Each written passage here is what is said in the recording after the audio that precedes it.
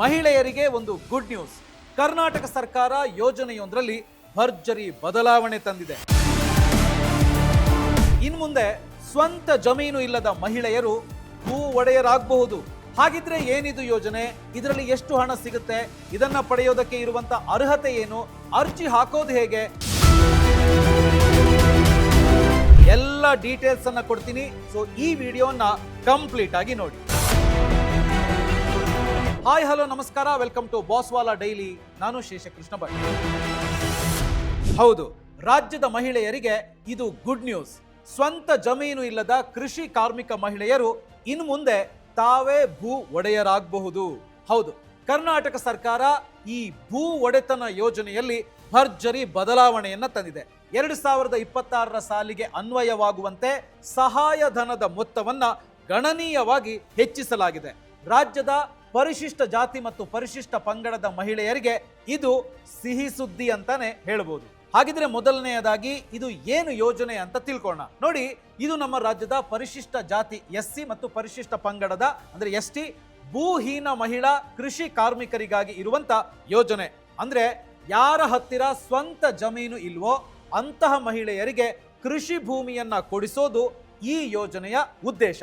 ಜಮೀನು ನೇರವಾಗಿ ಕುಟುಂಬದ ಹಿರಿಯ ಮಹಿಳೆಯ ಹೆಸರಿನಲ್ಲೇ ರಿಜಿಸ್ಟರ್ ಆಗುತ್ತೆ. ಇದರಿಂದ ಮಹಿಳೆಯರ ಆರ್ಥಿಕ ಸಬಲೀಕರಣ ಆಗುತ್ತೆ. ಈಗ 2026ರಲ್ಲಿ ಸರ್ಕಾರ ಹಣದ ನೆರವನ್ನ 2 ಹಂತದಲ್ಲಿ ನೀಡ್ತಾ ಇದೆ. ಸೊ ಮೊದಲನೇ ಕೆಟಗರಿ ಅಂತ ಹೇಳಿ ನೋಡಿದ್ರೆ ಬೆಂಗಳೂರು ನಗರ, ಬೆಂಗಳೂರು ಗ್ರಾಮಾಂತರ, ಚಿಕ್ಕಬಳ್ಳಾಪುರ ಮತ್ತು ರಾಮನಗರ ಜಿಲ್ಲೆಗಳಲ್ಲಿ ಜಮೀನು ಖರೀದಿ ಮಾಡಲು 25 ಲಕ್ಷ ರೂಪಾಯಿ ಮೊತ್ತವನ್ನ ನಿಗದಿ ಮಾಡಲಾಗಿದೆ. ಇದರಲ್ಲಿ 12.5 ಲಕ್ಷ ರೂಪಾಯಿ ಫ್ರೀ ಸಬ್ಸಿಡಿ ಸಿಗುತ್ತೆ. ಉಳಿದ 12.5 ಲಕ್ಷ ರೂಪಾಯಿ ಸಾಲವಾಗಿ ಸಿಗುತ್ತೆ. ಇನ್ನು ಎರಡನೇ ಕೆಟಗರಿಯನ್ನ ನಾವು ನೋಡೋದಿದ್ರೆ ರಾಜ್ಯದ ಇನ್ನುಳಿದ 27 ಜಿಲ್ಲೆಗಳಲ್ಲಿ ಒಟ್ಟು 20 ಲಕ್ಷ ರೂಪಾಯಿ ನಿಗದಿ ಮಾಡಲಾಗಿದೆ. ಇಲ್ಲಿ ನಿಮಗೆ 10 ಲಕ್ಷ ರೂಪಾಯಿ ಉಚಿತ ಸಹಾಯಧನ ಸಿಗುತ್ತೆ ಮತ್ತು ಬಾಕಿ ಉಳಿದಂತ 10 ಲಕ್ಷ ರೂಪಾಯಿ ಸಾಲದ ರೂಪದಲ್ಲಿ ಸಿಗುತ್ತೆ. ಇನ್ನು ಈ ಯೋಜನೆಯಲ್ಲಿ ನೀವು ಪಡೆಯುವಂತ ಸಾಲದ ಬಗ್ಗೆ ಹೇಳ್ತೀನಿ ಕೇಳಿ. ನೀವು ತಗೊಳ್ಳುವಂತ ಸಾಲದ ಮೊತ್ತಕ್ಕೆ ಸರ್ಕಾರ ಹಾಕುವಂತ ಬಡ್ಡಿ ತುಂಬಾನೇ ಕಡಿಮೆ, ಅಂದ್ರೆ ವರ್ಷಕ್ಕೆ ಕೇವಲ 6% ಅಷ್ಟೇ. ಸೊ ಇಲ್ಲಿ ಇನ್ನೊಂದು ಖುಷಿ ವಿಚಾರ ಏನು ಅಂತ ಹೇಳಿದ್ರೆ, ನೀವು ಸಾಲ ತಗೊಂಡ ತಕ್ಷಣವೇ ಪೂರ್ತಿ ಹಣವನ್ನ ವಾಪಸ್ ಕಟ್ಟಬೇಕು ಅಂತ ಏನೂ ಇಲ್ಲ. ಸರ್ಕಾರ ನಿಮಗೆ ಸಾಲ ತೀರಿಸೋದಿಕ್ಕೆ ತುಂಬಾನೇ ಟೈಮ್ ಕೊಡುತ್ತೆ. ಅಂದ್ರೆ ನೀವು ಪ್ರತಿ 6 ತಿಂಗಳಿಗೊಮ್ಮೆ ಅಲ್ಪ ಸ್ವಲ್ಪ ಹಣವನ್ನ ಕಟ್ಟುತ್ತಾ ಹೋದ್ರೆ ಸಾಕು. ಹೀಗೆ 10ರಿಂದ 20 ಕಂತುಗಳಲ್ಲಿ ಅಂದ್ರೆ ಪೂರ್ತಿ 10 ವರ್ಷಗಳ ಕಾಲ ನಿಧಾನವಾಗಿ ನೀವು ಸಾಲವನ್ನ ತೀರಿಸಬಹುದು. ಸಾಲವನ್ನ ತೀರಿಸೋಕೆ ನಿಮಗೆ ಇಲ್ಲಿ ಅವಕಾಶ ಇರುತ್ತೆ. ಇಲ್ಲಿ ಹಂತ ಹಂತವಾಗಿ ಹಣ ಕಟ್ಟೋ ವ್ಯವಸ್ಥೆ ಇರೋದ್ರಿಂದ ಬಡ ಮಹಿಳಾ ಕೃಷಿ ಕಾರ್ಮಿಕರಿಗೆ ಒಮ್ಮೆಲೆ ಹಣ ಹೊಂದಿಸುವಂತ ತಲೆನೋವು ಇರೋದಿಲ್ಲ. ಆರಾಮಾಗಿ ನಿಮ್ಮ ಹೆಸರಲ್ಲಿ ಜಮೀನು ಮಾಡಿಕೊಂಡು ನೆಮ್ಮದಿಯಿಂದ ಕಂತುಗಳನ್ನ ಕಟ್ತಾ ಹೋಗ್ಬೋದು. ಹಾಗಾದ್ರೆ ಈ ಯೋಜನೆಯಲ್ಲಿ ನಮಗೆ ಎಷ್ಟು ಜಮೀನು ಸಿಗುತ್ತೆ ಅಂತ ನೀವು ಕೇಳ್ಬೋದು. ಅದನ್ನ ನೋಡ್ತಾ ಹೋಗೋಣ. ನೋಡಿ, ಇಲ್ಲಿ 3 ತರಹದ ಭೂಮಿಯನ್ನ ತೆಗೆದುಕೊಳ್ಳೋದಕ್ಕೆ, ಪರ್ಚೇಸ್ ಮಾಡೋದಕ್ಕೆ ಅವಕಾಶ ಇದೆ. ಮೊದಲನೇದಾಗಿ ನೀವು ಖುಷ್ಕಿ ಜಮೀನು ಅಂದ್ರೆ ಮಳೆ ನಂಬಿ ಬೆಳೆ ಬೆಳೆಯುವಂತ ಒಣ ಭೂಮಿ ತಗೊಳ್ಳೋದಾದ್ರೆ ಕನಿಷ್ಠ 2 ಎಕರೆವರೆಗೆ ಜಮೀನನ್ನ ಪಡೆಯೋದಕ್ಕೆ ಇಲ್ಲಿ ನಿಮಗೆ ಅವಕಾಶ ಇದೆ. ಇಲ್ಲ ನಮಗೆ ನೀರಾವರಿ ಸೌಲಭ್ಯ ಇರುವಂತ ತರಿ ಭೂಮಿ ಬೇಕು ಅನ್ನೋದಾದ್ರೆ ನೀವು 1 ಎಕರೆವರೆಗೆ ಜಮೀನನ್ನ ತಗೋಬಹುದು. ಒಂದು ವೇಳೆ ನೀವು ತೋಟ ಮಾಡೋಕೆ ಯೋಗ್ಯವಾದ ತೋಟಗಾರಿಕಾ ಭೂಮಿ ಮೇಲೆ ಕಣ್ಣಿಟ್ಟಿದ್ರೆ ಕನಿಷ್ಠ ಅರ್ಧ ಎಕರೆ ಅಂದ್ರೆ 20 ಗುಂಟೆ ಜಮೀನನ್ನ ನಿಮ್ಮ ಹೆಸರಿಗೆ ಮಾಡಿಸ್ಕೊಳ್ಬಹುದು. ಒಟ್ಟಾರೆಯಾಗಿ ಹೇಳಬೇಕು ಅಂತ ಹೇಳಿದ್ರೆ ಸರ್ಕಾರ ಫಿಕ್ಸ್ ಮಾಡಿರೋ ಈ 20 ಲಕ್ಷ ಅಥವಾ 25 ಲಕ್ಷ ರೂಪಾಯಿ ಬಜೆಟ್ನಲ್ಲಿ ಮಾರುಕಟ್ಟೆ ಬೆಲೆಗೆ ತಕ್ಕಂತೆ ಅಥವಾ ನಾನು ಈಗಾಗಲೇ ಹೇಳಿದಂತ ಕನಿಷ್ಠ ಪ್ರಮಾಣದ ಭೂಮಿಯನ್ನ ನೀವು ಆರಾಮಾಗಿ ಖರೀದಿಸಬಹುದು. ಇನ್ನೊಂದು ವಿಶೇಷ ಲಾಭ ಏನು ಅಂತ ಹೇಳಿದ್ರೆ, ನೀವು ಭೂಮಿ ತಗೊಂಡ ಮೇಲೆ ಅಲ್ಲಿ ನೀರಿಲ್ಲದೆ ಇದ್ರೆ ಚಿಂತೆ ಮಾಡಬೇಡಿ. ಸರ್ಕಾರದ ಗಂಗಾ ಕಲ್ಯಾಣ ಯೋಜನೆ ಅಡಿಯಲ್ಲಿ ನೀವು ಉಚಿತವಾಗಿ ಬೋರ್ವೆಲ್ ಅನ್ನ ಕೊರೆಸಿಕೊಂಡು ಸೌಲಭ್ಯವನ್ನ ಪಡಿಬಹುದು.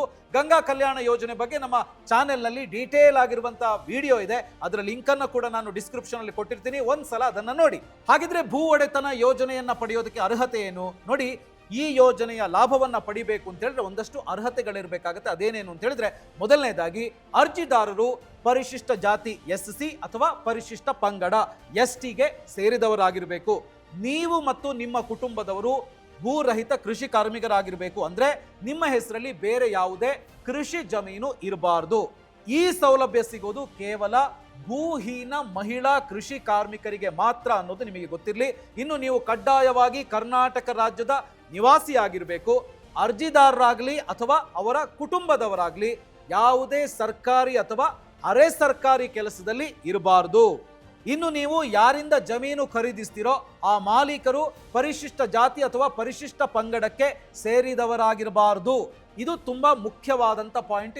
ಇದನ್ನ ಗಮನವಿಟ್ಟು ನೋಡಿ. ಇನ್ನು ಗಮನಿಸಿ, ನೀವು ಖರೀದಿಸುವಂತ ಜಮೀನು ನೀವು ವಾಸ ಮಾಡ್ತಿರುವಂತ ಜಾಗದಿಂದ ಹೆಚ್ಚು ಅಂತ ಹೇಳಿದ್ರೆ 10 ಕಿಲೋಮೀಟರ್ ವ್ಯಾಪ್ತಿಯ ಒಳಗೆ ಇರಬೇಕು.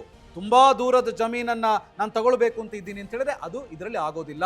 ನೆಕ್ಸ್ಟ್, ಜಾತಿ ಪ್ರಮಾಣದ ಪತ್ರದ ಜೊತೆಗೆ ಕಡ್ಡಾಯವಾಗಿ ಒಂದು ಸ್ವಯಂ ಘೋಷಣೆ ಪ್ರಮಾಣ ಪತ್ರವನ್ನು ಕೂಡ ನೀವು ಕೊಡಬೇಕಾಗತ್ತೆ. ಅದನ್ನು ನೀವು ರೆಡಿ ಮಾಡ್ಕೊಳ್ಬೇಕು. ಹಾಗಿದ್ರೆ ಅಪ್ಲೈ ಮಾಡೋದಕ್ಕೆ ಏನೇನು ಡಾಕ್ಯುಮೆಂಟ್ಸ್ ಬೇಕು ಅಂತ ನೀವು ಕೇಳ್ಬೋದು. ಎಸ್, ಇದು ತುಂಬಾ ಮುಖ್ಯವಾದಂತ ವಿಚಾರ. ಈ ಯೋಜನೆಗೆ ನೀವು ಅಪ್ಲೈ ಮಾಡ್ಲಿಕ್ಕೆ ಹೊರಡ್ತೀರಿ ಅಂತ ಹೇಳಿದ್ರೆ ಒಂದಷ್ಟು ಇಂಪಾರ್ಟೆಂಟ್ ಡಾಕ್ಯುಮೆಂಟ್ಸ್, ಪೇಪರ್ಸ್ ನಿಮ್ಮ ಹತ್ರ ರೆಡಿ ಇರಬೇಕಾಗತ್ತೆ. ಅದು ಯಾವ್ಯಾವುದು ಅಂತ ಈಗ ಹೇಳ್ತೀನಿ, ನೋಟ್ ಮಾಡ್ಕೊಳ್ಳಿ. ಸೊ ಇಲ್ಲಿ ನಾನು ಇದನ್ನ 2 ಭಾಗವಾಗಿ ಹೇಳ್ತೀನಿ. ಮೊದಲನೇದಾಗಿ ಅರ್ಜಿದಾರರ ದಾಖಲೆಗಳು ಅಂತ ಹೇಳಿದ್ರೆ ಫೋಟೋ ಮತ್ತು ಅರ್ಜಿ. ನಿಮ್ಮದೊಂದು ಲೇಟೆಸ್ಟ್ ಪಾಸ್ಪೋರ್ಟ್ ಸೈಜು ಫೋಟೋ ಇರಬೇಕು. ಹಾಗೇನೆ ಸೇವಾ ಸಿಂಧು ಪೋರ್ಟಲ್ನಲ್ಲಿ ಸಿಗುವಂತ ಅರ್ಜಿ ಫಾರ್ಮ್ ನಿಮ್ಮ ಹತ್ರ ಇರಬೇಕು. ನೆಕ್ಸ್ಟ್, ಆಧಾರ್ ಮತ್ತು ರೇಷನ್ ಕಾರ್ಡ್. ನಿಮ್ಮ ಆಧಾರ್ ಕಾರ್ಡ್ ಮತ್ತು ಮನೆಯ ರೇಷನ್ ಕಾರ್ಡು ಜೆರಾಕ್ಸ್ ಪ್ರತಿ ನಿಮ್ಮ ಹತ್ರ ಇರಬೇಕಾಗುತ್ತೆ. ಈ ಡಾಕ್ಯುಮೆಂಟ್ಸ್ ಅನ್ನ ನೀವು ರೆಡಿ ಮಾಡಿಟ್ಕೊಳ್ಳಿ. ನೆಕ್ಸ್ಟ್, ಜಾತಿ ಮತ್ತು ಆದಾಯ ಪತ್ರ. ನಿಮ್ಮ ಜಾತಿ ಮತ್ತು ಆದಾಯ ಪ್ರಮಾಣ ಪತ್ರ ನಿಮ್ಮ ಹತ್ರ ಇರಬೇಕು. ಅದರಲ್ಲಿ ತುಂಬಾ ಇಂಪಾರ್ಟೆಂಟ್ ಆಗಿ ಮುಖ್ಯವಾಗಿ RD ಸಂಖ್ಯೆ ಇರೋದನ್ನ ಮರಿಬೇಡಿ. ನೆಕ್ಸ್ಟ್, ಭೂಹೀನ ಪತ್ರ. ನೋಡಿ, ನೀವು ಭೂರಹಿತ ಕೃಷಿ ಕಾರ್ಮಿಕರು ಅಂತ ತಹಶೀಲ್ದಾರ್ ಅವರಿಂದ ಪಡೆದ ದೃಢೀಕರಣ ಪತ್ರ ನಿಮ್ಮ ಹತ್ರ ಇರಬೇಕಾಗುತ್ತೆ ಈ ಯೋಜನೆಗೆ ಅಪ್ಲೈ ಮಾಡೋದಕ್ಕೆ. ಹಾಗೆಯೇ ಬ್ಯಾಂಕ್ ಡೀಟೇಲ್ಸ್, ನಿಮ್ಮ ಬ್ಯಾಂಕ್ ಪಾಸ್ಬುಕ್ನ ಮೊದಲ ಪುಟದ ಪ್ರತಿ ಇರಬೇಕಾಗತ್ತೆ. ನೆಕ್ಸ್ಟ್, ಸ್ವಯಂ ಘೋಷಣೆ. ನೀವೇ ಸ್ವತಃ ಸಹಿ ಮಾಡಿದ ಅಥವಾ ಹೆಬ್ಬೆಟ್ಟು ಒತ್ತಿದಂತ ಒಂದು ಸ್ವಯಂ ಘೋಷಣೆ ಪ್ರಮಾಣ ಪತ್ರ ಅಂದ್ರೆ ಅಫಿಡವಿಟ್ ಬೇಕಾಗುತ್ತೆ. ಎರಡನೇದಾಗಿ, ನೀವು ಖರೀದಿಸೋಕೆ ಇಟ್ಕೊಂಡಿರುವಂತ ಜಮೀನಿನ ದಾಖಲೆಗಳು. ನೋಡಿ, ನೀವು ಯಾವ ಜಮೀನನ್ನ ಇಷ್ಟಪಡ್ತಿದ್ದೀರೋ ಖರೀದಿಸೋಕೆ ಆ ಜಮೀನಿನ ಈ ಕೆಳಗಿನ ಪೇಪರ್ಸ್ ಕೂಡ ಬೇಕಾಗುತ್ತೆ.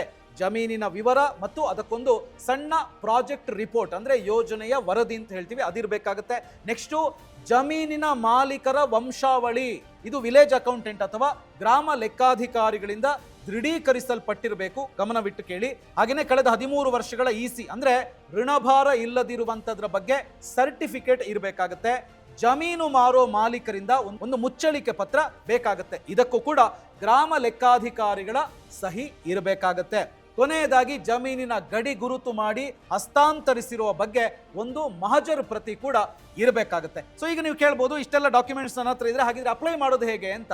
ನೋಡಿ, ಇಷ್ಟೆಲ್ಲ ಸೌಲಭ್ಯ ಇರುವಂತ ಈ ಯೋಜನೆಗೆ ಅಪ್ಲೈ ಮಾಡೋದು ಹೇಗೆ ಅಂತ ಹೇಳಿದ್ರೆ ಅದನ್ನ ನಾನು ನಿಮಗೆ ಸ್ಟೆಪ್ ಬೈ ಸ್ಟೆಪ್ ಹೇಳ್ತಾ ಹೋಗ್ತೀನಿ. ಮೊದಲನೇದಾಗಿ, ನಿಮ್ಮ ಫೋನ್ ಅಥವಾ ಕಂಪ್ಯೂಟರ್ನಲ್ಲಿ ಸೇವಾ ಸಿಂಧು ಅಧಿಕೃತ ವೆಬ್ಸೈಟು sevasindu.karnataka.gov.in ಇದನ್ನ ಓಪನ್ ಮಾಡಿ. ಅದಾದ್ಮೇಲೆ ನೀವೇನಾದ್ರೂ ಮೊದಲ ಬಾರಿಗೆ ಈ ಸೈಟಿಗೆ ಹೋಗ್ತಾ ಇದ್ದೀರಿ ಅಂತ ಹೇಳಿದ್ರೆ ಅಲ್ಲಿರುವಂತ ಹೊಸ ಬಳಕೆದಾರರ ನೋಂದಣಿ ಮೇಲೆ ಕ್ಲಿಕ್ ಮಾಡಿ ನಿಮ್ಮ ಡೀಟೇಲ್ಸ್ ಅನ್ನ ಕೊಟ್ಟು ಮೊದಲಿಗೆ ರಿಜಿಸ್ಟರ್ ಮಾಡಿಕೊಳ್ಳಿ. ರಿಜಿಸ್ಟರ್ ಆದ್ಮೇಲೆ ನಿಮ್ಮ ಹತ್ತಿರ ಇರುವಂತ ಲಾಗಿನ್ ID ಮತ್ತು ಪಾಸ್ವರ್ಡ್ ಅನ್ನ ಯೂಸ್ ಮಾಡಿಕೊಂಡು ಪೋರ್ಟಲ್ಗೆ ಎಂಟ್ರಿ ಕೊಡಿ. ನೆಕ್ಸ್ಟ್ ಸ್ಟೆಪ್ ಏನು ಅಂತ ಹೇಳಿದ್ರೆ, ಲಾಗಿನ್ ಆದ್ಮೇಲೆ ಅಲ್ಲಿ ಇಲಾಖೆಗಳು ಮತ್ತು ಸೇವೆಗಳು ಅಂತ ಹೇಳುವಂತ ಒಂದು ಬಾಕ್ಸ್ ಇದೆ. ಸೊ ಅಲ್ಲಿ ಹೋಗಿ ಭೂ ಮಾಲೀಕತ್ವ ಯೋಜನೆ ಅಂತೇಳಿ ನೀವು ಟೈಪ್ ಮಾಡಬೇಕು. ಅದಾದ್ಮೇಲೆ ಸರ್ಚ್ ಮಾಡಿ. ನೆಕ್ಸ್ಟ್, ಯೋಜನೆಯ ಹೆಸರು ಕಂಡ ತಕ್ಷಣ ಅದರ ಪಕ್ಕದಲ್ಲೇ ಇರುವಂತ ಆನ್ಲೈನ್ ನಲ್ಲಿ ಅನ್ವಯಿಸು ಅಂತ ಹೇಳುವಂತ ಒಂದು ಬಟನ್ ಇದೆಯಲ್ಲ, ಅದನ್ನ ಕ್ಲಿಕ್ ಮಾಡಿ. ಈಗ ಒಂದು ಅರ್ಜಿ ಫಾರ್ಮ್ ಓಪನ್ ಆಗುತ್ತೆ. ಅಲ್ಲಿ ನಿಮ್ಮ ಹೆಸರು, ನಿಮ್ಮ ಅಡ್ರೆಸ್ಸು, ಆಧಾರ್ ಕಾರ್ಡ್ ನಂಬರು ಮತ್ತು ನಿಮ್ಮ ಜಾತಿ, ಆದಾಯ ಪ್ರಮಾಣ ಪತ್ರದ RD ಸಂಖ್ಯೆಗಳನ್ನ ಸರಿಯಾಗಿ ಅಲ್ಲಿ ನೀವು ಫಿಲ್ ಮಾಡಬೇಕಾಗತ್ತೆ. ಇಷ್ಟೆಲ್ಲ ಆದ್ಮೇಲೆ ನಿಮ್ಮ ಜಾತಿ ಪ್ರಮಾಣ ಪತ್ರ, ಆದಾಯ ಪ್ರಮಾಣ ಪತ್ರ, ಇದರ ಜೊತೆಗೆ ತಹಶೀಲ್ದಾರ್ ಕೊಟ್ಟಿರುವಂತ ಭೂಹೀನ ಕೃಷಿ ಕಾರ್ಮಿಕ ಸರ್ಟಿಫಿಕೇಟ್ಗಳನ್ನ ಸ್ಕ್ಯಾನ್ ಮಾಡಿ ಇಟ್ಕೊಳ್ಬೇಕು. ಮೊದಲೇ ಅದನ್ನ ನೀವಿಲ್ಲಿ ಅಪ್ಲೋಡ್ ಮಾಡಬೇಕಾಗತ್ತೆ. ಸೊ ಎಲ್ಲಾ ಮಾಹಿತಿ ಕರೆಕ್ಟ್ ಆಗಿದೆಯಾ ಅಂತೇಳಿ ಮತ್ತೊಮ್ಮೆ ಚೆಕ್ ಮಾಡಿಕೊಂಡು ಸಬ್ಮಿಟ್ ಅಥವಾ ಸಲ್ಲಿಸು ಅಂತ ಹೇಳುವಂತ ಬಟನ್ ಇದೆಯಲ್ಲ, ಅದನ್ನ ಒತ್ತಿ.